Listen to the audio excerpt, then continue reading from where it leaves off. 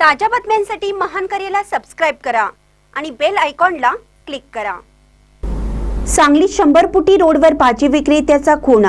सांगली शहर पोलिसांकडून घटनास्थळी तपास सुरू। सांगली शहरातील 100 फुटी रोडवर घाडगे पाटील शोरूम जवळ आज सकाळी भाजी विक्रेत्याचा खून केल्याची धक्कादायक घटना समोर आली आहे। महेश कांबळे वय वर्ष अंदाजे 40 असं मृत व्यक्तीचं नाव असून ते सकाळच्या वेळेस कोथिंबीर विक्री करत होते। दररोजप्रमाणे येथे होलसेल भाजी बाजार भरत असतो। अज्ञात व्यक्तींनी त्याच्यावर धारदार शस्त्राने हल्ला केला। या हल्ल्यात महेश कांबळे गंभीर जखमी झाला आणि त्याचा घटनास्थळीच मृत्यू झाला। खुनामागचे कारण अद्याप अस्पष्ट असून व्यक्तिगत वाद की व्यावसायिक मतभेद याचा तपास सुरू आहे। सांगली शहर पोलीस तात्काळ घटनास्थळी दाखल झाले असून पंचनामा व साक्षीदारांच्या जबाबींची नोंद सुरू आहे।